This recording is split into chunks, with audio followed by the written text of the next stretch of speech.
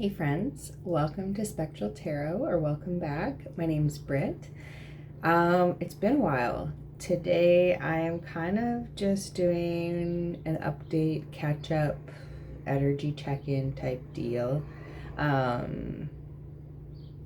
don't even know where to begin. This year's kind of been the year for me where it's like all hell broke loose, but I learned a lot in this kind of journey. But yeah, I'm sorry for being so inconsistent, first of all, with being online. I find it very hard to be online. I always have. I like the internet. It's a love-hate. I love the internet. I also hate the internet.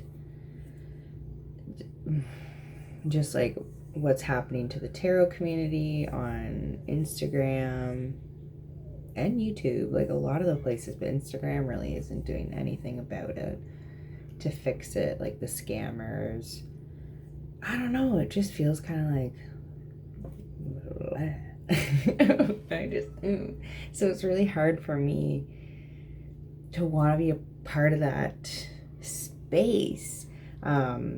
And then there's also like a lot of personal stuff I've been going through, just like physical health, mental health stuff, starting the mediumship back in, was it April or May, really just like busted open a lot of things for me in a good way, but also in like just like a lot of stuff I had to kind of go through, because I don't know if I've ever really explained why I got into spirituality and meditation and all this stuff when I was younger.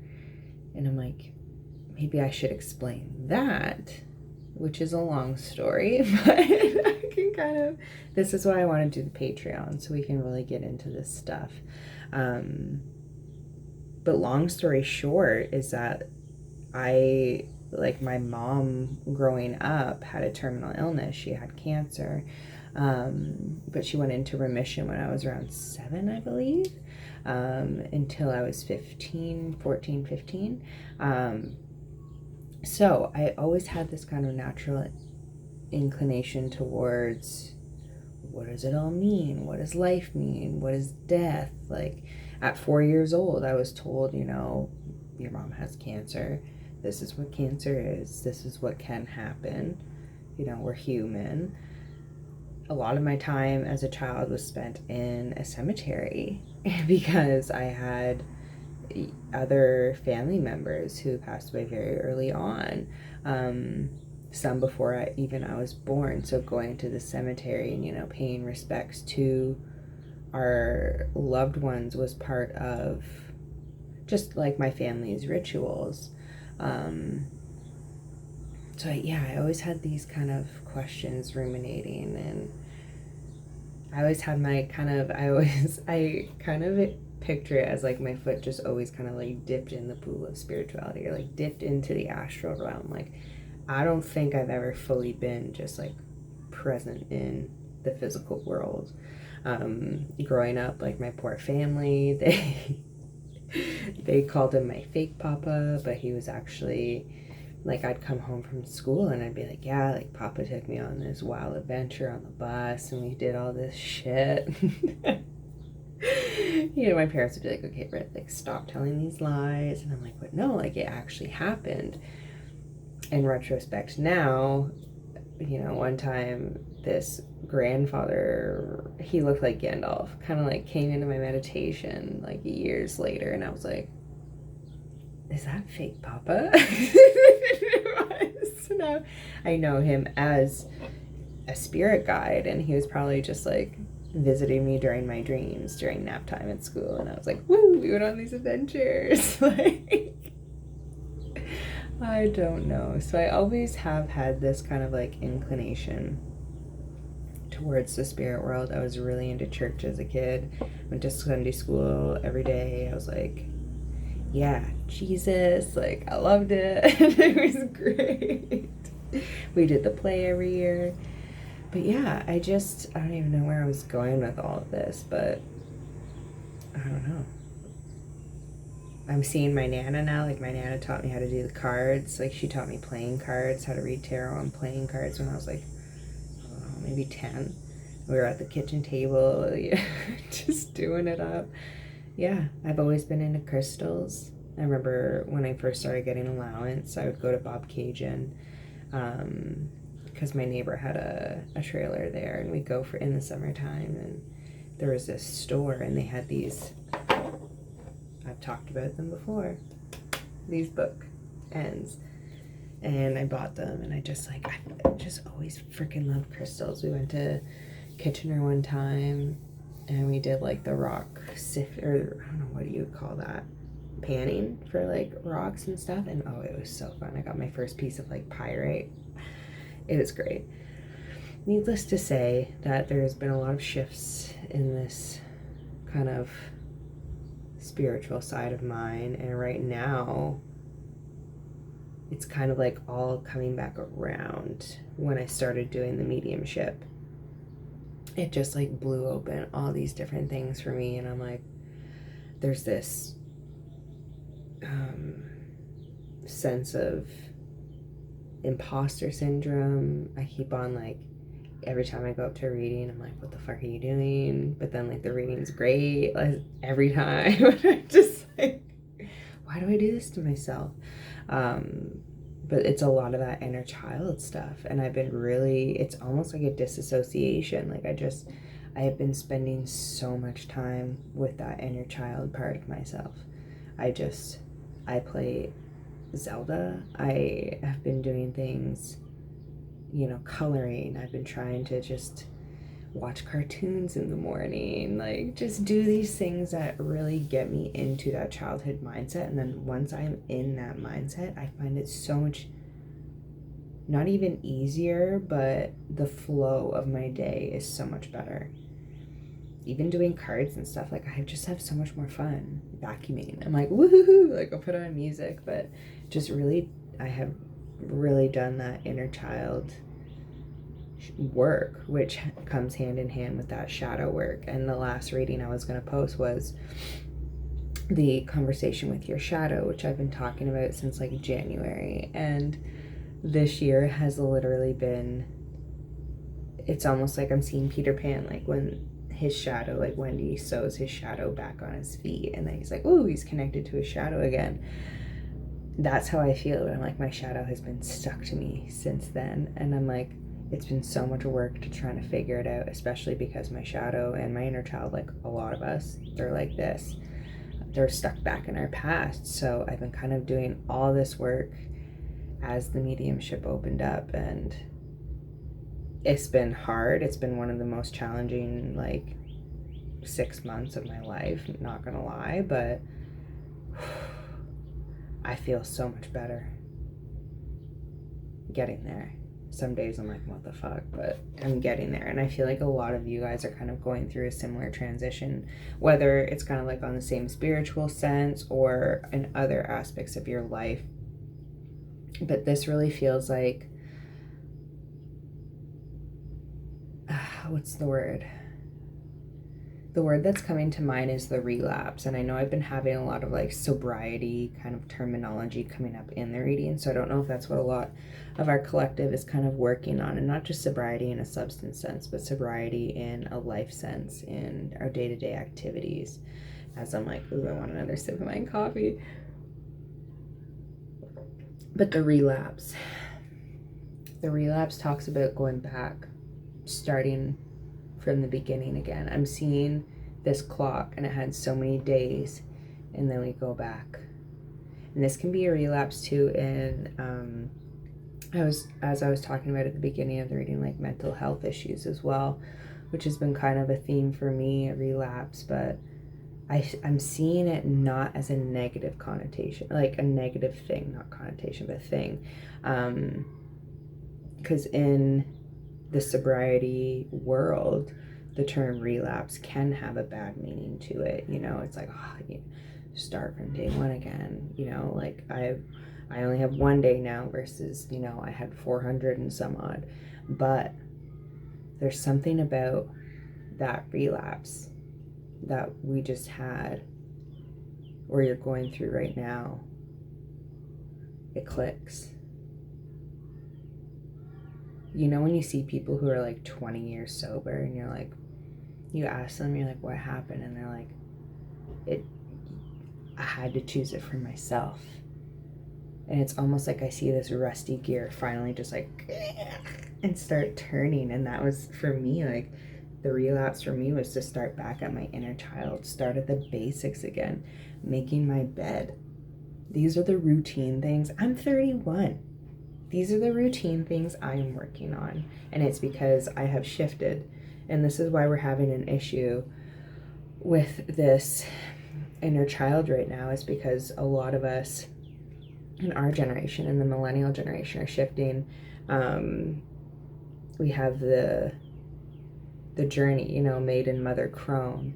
And a lot of us are shifting from the maiden to the mother energy. But a lot of us have a mother wound or a child wound, a daughter wound. And moving into this mother energy, we are kind of addressing those wounds and understanding how we're having issues mothering ourselves. And not only mothering ourselves, but we tend to mother our external circumstances as well.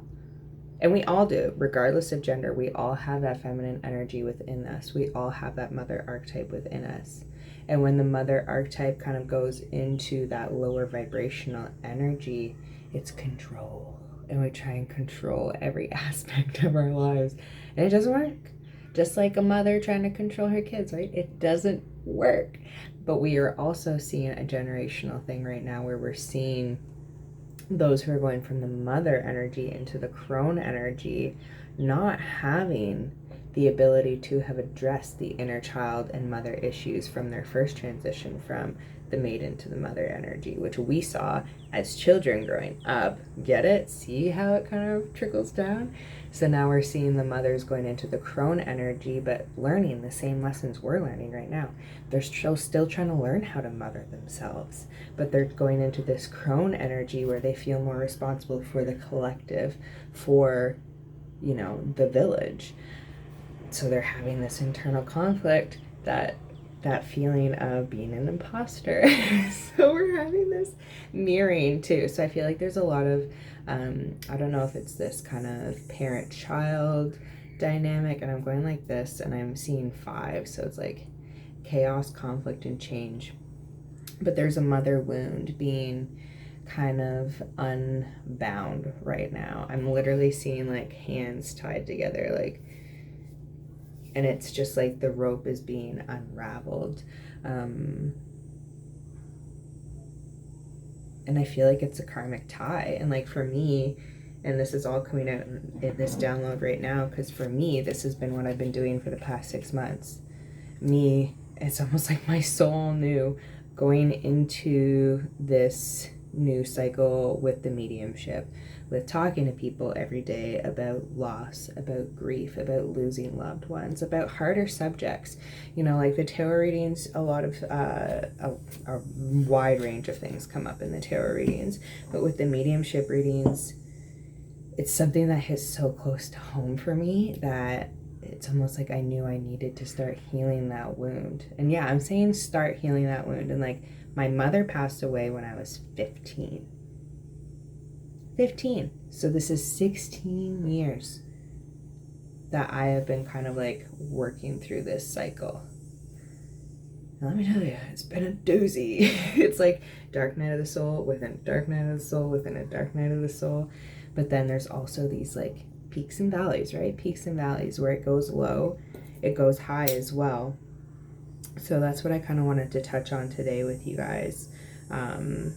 Just this relapse, you know, and how this relapse, however that is kind of manifesting for you, it's the key. It's like I see a key, I see a door, and it's the key, and you feel like you're such a failure right now. Like this year when I went through my relapse moment, I was like, like I felt like the most worthless human being. But something clicked within me, and I was like, I got into it. I got, you know how like you just keep digging. You're like, I can't find it. I can't find that piece that I'm looking for. That's like, it's the princess and the pea underneath all those mattresses. I'm like, I'm still not comfortable. Like, what the hell? I finally found that pea of unworthiness. Like, I've been single like at the end of this year, it'll be 10 years that I've been single. Like, I've dated, but like, I haven't had a boyfriend. And like, I never really processed if I wanted kids. I never really thought about it. I never really planned my life after 27. It's almost like my soul was like, oh, I came up to my Saturn return when I was like 20, 27, 28. And I'm like, I'm not planning after that, especially because of what happened with my mom, right? Like, watching her go through everything she went through and having that trauma sit with me and kind of stew and grow for so long, it affects you. But at the same time, the healing and the awareness and the amount of growth that I have been able to experience through that experience just on its own is like, I hate saying it's worth it, but it's like, the perspective that you get, it's life-changing. That's all I can say. It's like, you can't go back. You can't go back. And it's so corny when people say, like, once you've awakened, you can't go back to sleep. And I'm like, like, you can, there's, again, peaks and valleys. There's times when you go more into, like, physical world stuff. There's times when you go more into the spiritual world stuff. But at some point, it's like, there is a point of no return. And that's like, I'm just past that point. I'm like, okay, so this is like, I thought I could get away with like hiding my spirituality for a long time. So again, this is something that I feel like with this relapse energy, you've been hiding this from someone, whether this is a decision for some of you guys, you're deciding to break up with somebody, you're like switching your whole life. For some of you, you're coming out and you're like, yeah, but you have like a family. Like, this is like life-changing things. Moving cities, like there's a lot going on, but Spirit's talking about how that guarded feeling is kind of still sitting around, and how what was the word? I don't know, it just left. Sorry, there's a card here that's like really pulling my attention. I just want to get a clarifier on it. So let's just pull a few cards and we'll see what's going on with this energy. So how do we kind of move out of this relapse energy, and how do we kind of like benefit the most from it, and kind of stop looking at ourselves like we're huge failures, because we're not.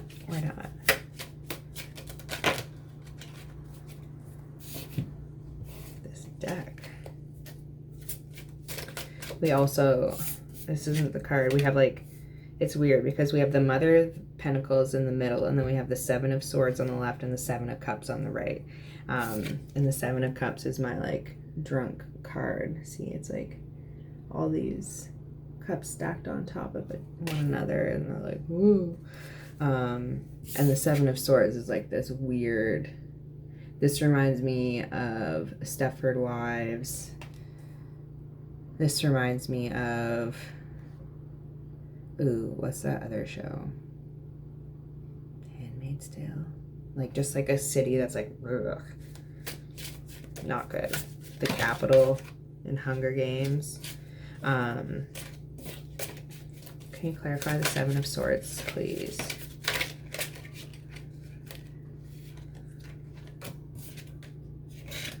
Okay. Ooh. So yeah, something just happened in July, I feel, but I also feel like there's something that's wrapping up by the end of the year. This is kind of like our mid-eclipse bubble in the middle of the year, and then by November, something's happening again.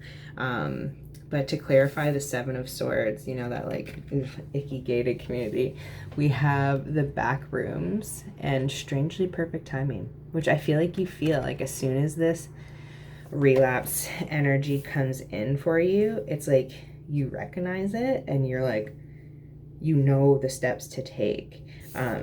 But this is exactly what I was talking about, going back into our childhood energy. This is like a dirty old movie theater, and going in that door and like really getting into the crap. This could be cleaning out your home too. Some of us, though, I feel like we've been kind of lost in these back rooms for a while, and the relapse is bringing us back into reality, back into our bodies, into the 3D physical world, into the present. Again, some of us live in the past, the future. We try and do both. I don't know why Spirit was just like, yeah, if you like anxiety in the future, depression in the past, and some of you have both, and you're like trying to just balance it, but you can't. It's too much.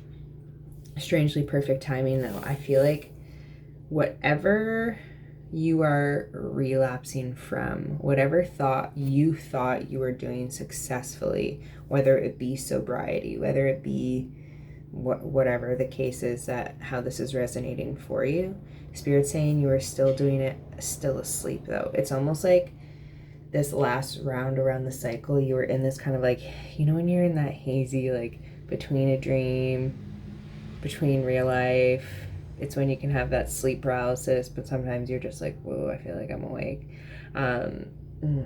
Yeah, that's how it feels for this last cycle.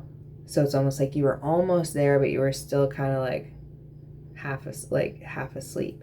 So Spirit's saying this strangely perfect timing, this relapse, would you have seen or either see it as a failure, is actually this alarm clock, this wake-up call for you. I don't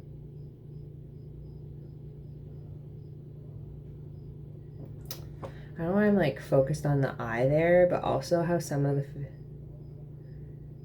oh, I see, it's cut off. I was like, why are some figure eights and why are some Jesus fish? But like, I see, it's just like the writing that cuts it off. You gotta look at all the imagery, you never know.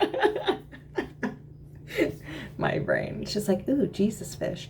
But yeah, this is the alarm clock. It's like waking you up from this kind of slumber, this daze, this 7 of Cups daze. And in the traditional tarot, the 7 of Cups is like these 7 cups floating in the sky, and like some have like a wreath crown, so like power, some have money, one has a dragon, one has a ghost. Like this is kind of like the energy we're going through right now. But I see us kind of coming out of this energy, and again, really learning to parent ourselves. This Mother of Pentacles energy, this is like the ultimate nurturing energy. To me, the Mother of Pentacles, I don't know why with the apples here I'm seeing like Adam and Eve. But I'm also seeing Mrs. Weasley. Like, you know that archetype of just like, are you hungry? Do you need water? Do you need a drink? Do you need an extra blanket? Put chocolates on your pillow. Like that person who just like takes care of you in every single way and you don't even have to ask. That's that energy. But instead of putting that outwards all the time, because I feel like when we were kids, a lot of us, like for me with my mom going through cancer, like I learned instinctively to take care of somebody else's needs before my own. You know, if I was having a bad day, like, and it's nothing against my parents, like it's just something you learn as a child to kind of cope before you even have the neurological freaking pathways to even process this shit, right? So I would wake up, like if I was having a bad day, I'd be like, you know what, okay, like put that to the side because like mom's not having a good day, I don't want to bother her. But then I'd keep on doing that until it would just like come out as this like super aggressive anger and emotion. Like my mom bought me a punching bag when I was younger to get out my anger. I literally almost popped blood vessels in my brain because I screamed so loud because I didn't want to put a snowsuit on. Like that's this is the kind of stuff that like, and it's not these big things. Like people think, you know, when they go to therapy, they go, okay, well, nothing really bad has happened. And it's not that kind of like, it's not just the big stuff. It's how our brains process as children, right? Like it's stuff we can't it's stuff we can't control. It's stuff our parents at the time probably couldn't control, depending on your situation. Like I just know from my experience, and a lot of people doing that inner child healing right now, they're like, well, yeah, but like the stuff we were dealing with was outside even of our parents' control, whether it be an actual physical illness, mental illness. A lot of our parents come from a generation whose parents were like traumatized by war. So it's like this trickle down, right? So it's getting that and like understanding it. And yeah, I think we're kind of like tapping into something here with this mother energy. I want a clarifying card. Actually, not from this deck. From this deck, my big. Okay, so can I clarify the Mother of Pentacles energy, please? Surrender to the sweetness. Venus energy. Venus. Excuse me. Venus energy, pleasure, joy, make love to life. Well, that's pretty freaking awesome. I feel like, again, this is coming back, surrender to the sweetness. Coming back into that really childhood, that youthful kind of view on life. Taking pleasure in things, like I was saying, like having fun again. Like, I've almost beat Zelda on N64, or I'll be messing around like Mario Kart. I was even playing GoldenEye. And it's like having so much fun. And I did everything too. It's not even just that. Like, I would make my favorite food. Like, I'd make some pigs in a blanket from when I was a kid. I would put on Dance Mix 95, 96, really get into that energy. And not even just that, like, getting things for yourself that really make your inner child happy. Like, my best friend was really into plants. I was never into plants. And then when she moved out, she asked me to take care of her plants for a bit. And I just loved it. It was so fun to like try and take care of them all. So now like I'm really into plants, puzzles, coloring. Like there's so many different things. I got a galaxy light for Christmas last year. I freaking love it. I love it. I make up these like mermaid baths, but like I put it in the bathroom and just like light candles, put all my crystals in there, like put my diffuser on, just make it like a magical moment. Because I used to be really into that movie Mermaids with Cher and Christina Ricci from like forever ago. But they had a room that had this like galaxy light and it was all water themed. And I'm like, those are the things that we're tapping into to make our child energy feel safe enough to come out into the world.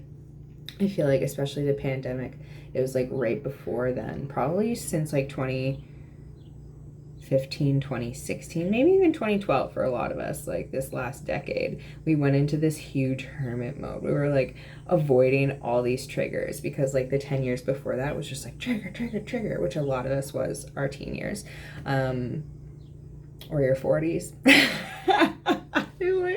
Somebody who's watching this was just like, yeah, my 40s. So yeah, it's your 40s. But yeah, that was like the teen years for us, right? So it was just like we needed to hide from all those triggers, from all that shit, and just like really shut off. And I feel like a lot of us really disassociated. We put up these huge walls and we really just went exploring in these back rooms. There's a movie that's coming. What is it? It's like a Disney Channel movie, The Back Rooms. I don't know why. It's reminding me of that. Is it The Girl in the Mirror? There's like, yeah. This has come up in a few people's readings where it's like this girl that goes through the mirror and she goes into this whole nother realm. It's also a Sabrina the Teenage Witch episode from like forever ago where she gets stuck. She goes into her mirror, but she gets stuck in her bad mood. And everything's like opposite in the mirror. But I feel like that's what we did. Like we went into this mirror energy. And with this seven energy, it might be 7 years. Like I have been talking a lot about 7-year cycles in the personal readings. But I'm like, a Venus energy, pleasure, joy, make love to life. This is also the start of new relationships, a new way of connecting, because you're connecting to spirit in a different way. You're connecting to yourself in a different way. And it's all about that mother archetype energy. I want to read the mother archetype. Yeah, I do have it here. From my archetype oracle, because she says it really well. One sec.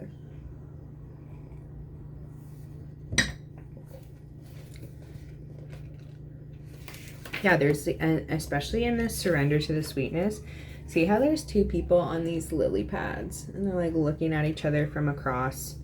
That was probably not long enough for you to see. There's two people on the lily pads and they're looking at each other across the water.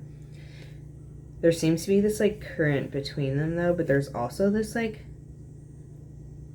bright light, which I feel like is this like spark. So there's something happening between two people, and it's because of this relapse energy. And I feel like y'all might have relapsed on very similar things. There's something about, they're saying same but different. So there's something that you guys are finding in common through this kind of like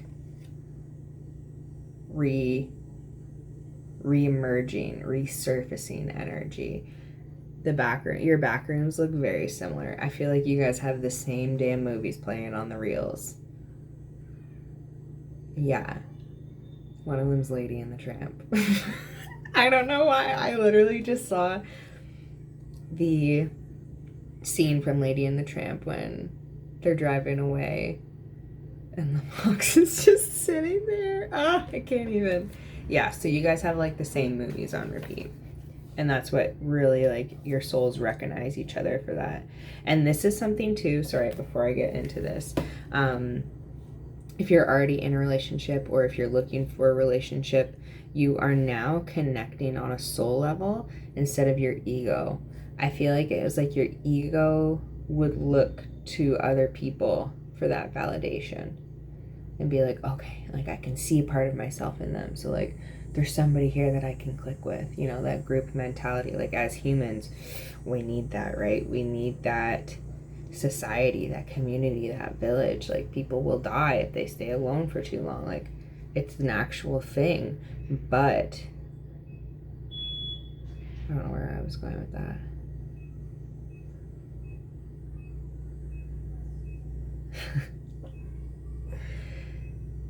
The ego, yeah, but now we're coming at it, we're kind of switching into this soul mentality where we're seeing our soul reflected in other people.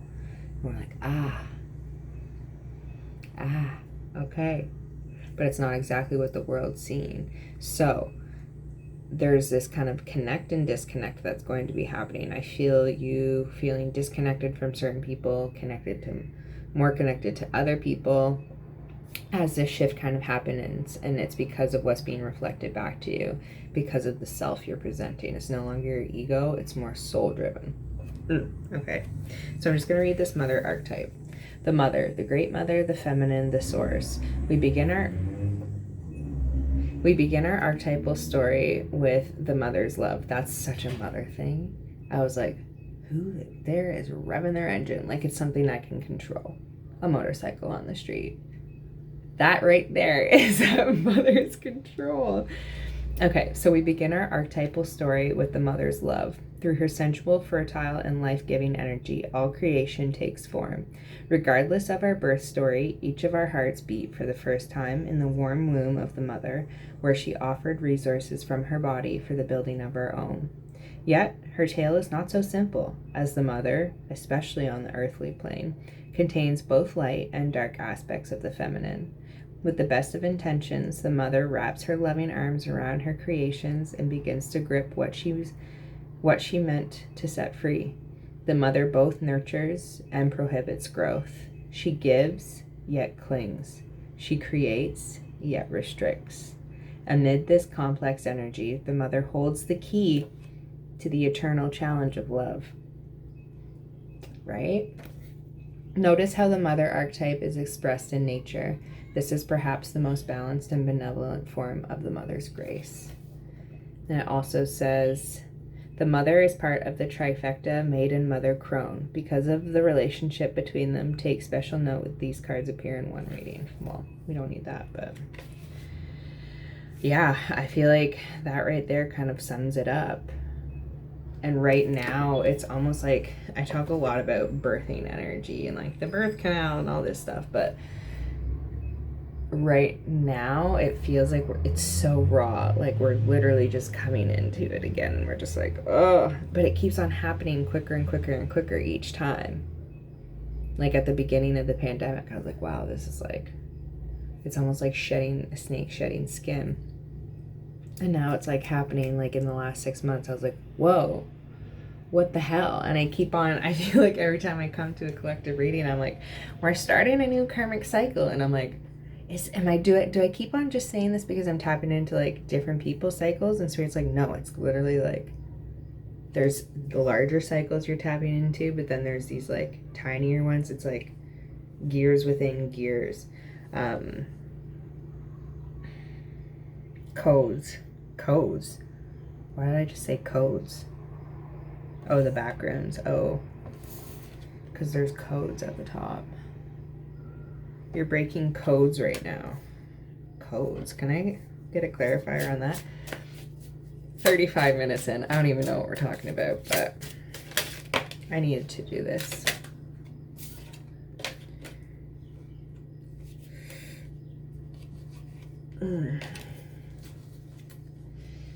There's something about time here. We got the Three of Swords. There's codes, and this is an hourglass. And see how the third sword breaks it? It's almost like all that, it looks like blood like flowing out. But we have like the hourglass, we have the alarm clock.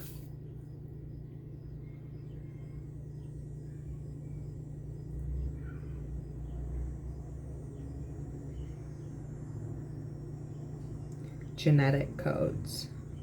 There's something here. Sorry, now I'm like, the codes. I don't know why I just keep saying it.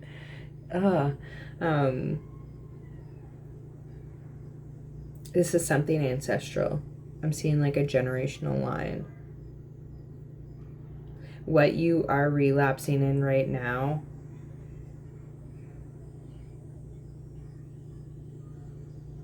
and learning from, it's like I'm seeing this is the opportune moment, the pivotal moment in, I'm seeing like a gas gauge, and it's like right there. It's like as soon as the levee breaks, as soon as the bar tips,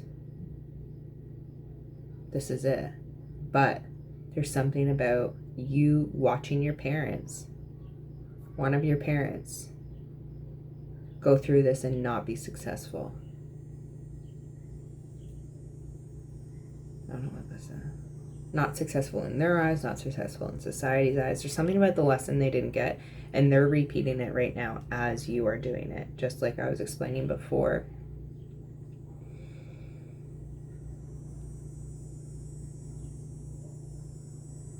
I don't know if your parents are going to learn it this time. But there's something about the codes. It's like you, I'm seeing a check mark too. So this is like a life lesson. So it's a generational lesson. I don't know if this is like number codes that you're getting, or like a code to a safety deposit box. I'm seeing like, you know, those locks with the rolling numbers. What the hell is this? I don't know why they're like the codes. I'm like, what about the codes? This is why it's really hard for me to tap into the collective energy lately. Or I'll tap into it and like I'll film a reading like this and then I'll watch it back and I'm like, Britt, that didn't even make sense. Like, because there's just so much energy going on. Yeah, that makes sense. Okay, so the codes. I'm seeing kind of like it's like a matrix type energy. It's like all those different coding, and there's another card in one of these other decks that's like glitch in the matrix, and it's all the different codes. But this one is like a computer screen. It reminds me of paint almost. I know it's not paint, it's probably like Adobe or something, but my brain is stuck in the 90s, so it's paint. It says, believe nothing that you hear and only half of what you see. So a lot of you guys, this is probably why it ties into like the mediumship talk at the beginning. A lot of you guys, your intuition is opening up. You're actually opening yourself up to more spirit codes, light codes. This is the card. Just so you can see. I don't know why that's not.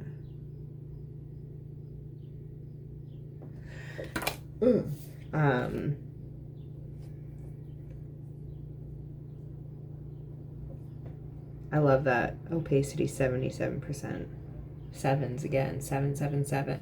I'm a number 7, like a life path number 7. Maybe do some research into your life path, but I feel like there's, and see down at the bottom, look at that, layers, going through the layers.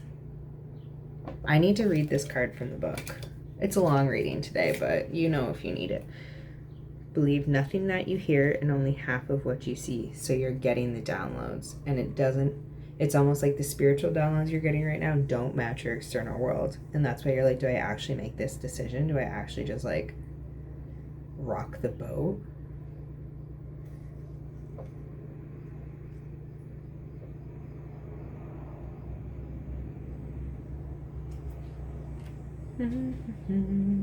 Okay. So it says, it's beneficial to remain aware of the astonishing subjectivity of perception, for consciousness is informed by countless experiences and conditions unique to the individual. What you are hearing and seeing, telling and being told are spiked with the self-deception that is inherent to the human condition. A map is not the same as the territory it represents, nor is your perception of truth necessarily true. Words are symbols that fail to fully grasp the nature of reality. Reality itself is a fragile and subjective operating system. If language can serve only as a pale construct of what a reality that eludes us. If language can serve only as a pale construct of a reality that eludes us, both concepts must be understood to be imperfect. What are you left with now? A tonic for the anxious mind to not believe everything that passes through.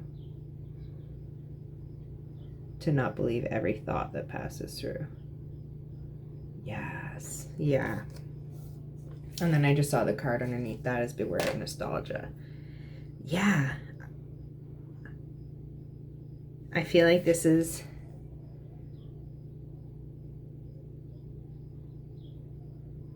you understanding. I'm seeing all these eyes too. There's like the eye in the clock. There's all these eyes on the like side of this card.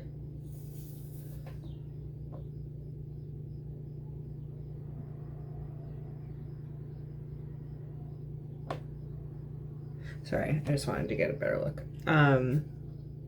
There's something here that's being edited. And I feel like usually I see it as spirit on a puzzle board, but this I'm seeing spirit like with a mouse, like moving shit around. Photoshopping an image, which is like weird. I've never seen it like that before. But you are receiving the downloads that the image is shifting, but no one else around you is. So you're like, you feel like you're in the wrong. You feel like you're not doing what you're supposed to be doing.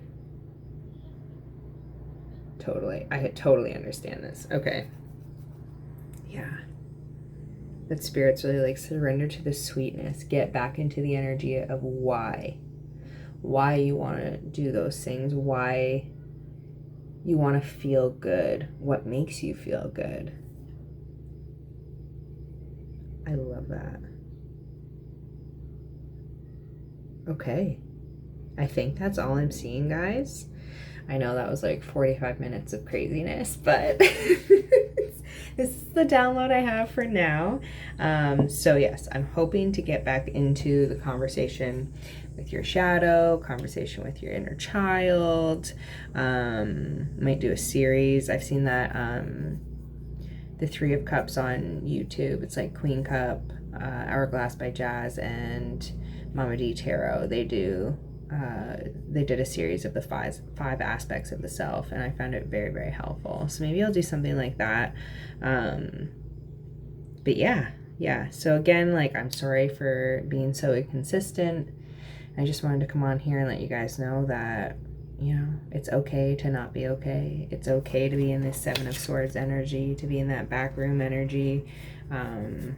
Just know that wherever life ebbs, it always flows. So peaks and valleys, right? Like, there's always a way out. But yeah, still doing personal readings if you would like one, or if you want any more info on it, you can just email me. I'll put that down below. But yeah, I miss you guys. Hopefully more content will be coming out now that I am coming out of this dark night of the soul energy. But I just wanted to tap in and say, hey, I'm here. Love you guys. Miss you. And we'll talk soon. Bye.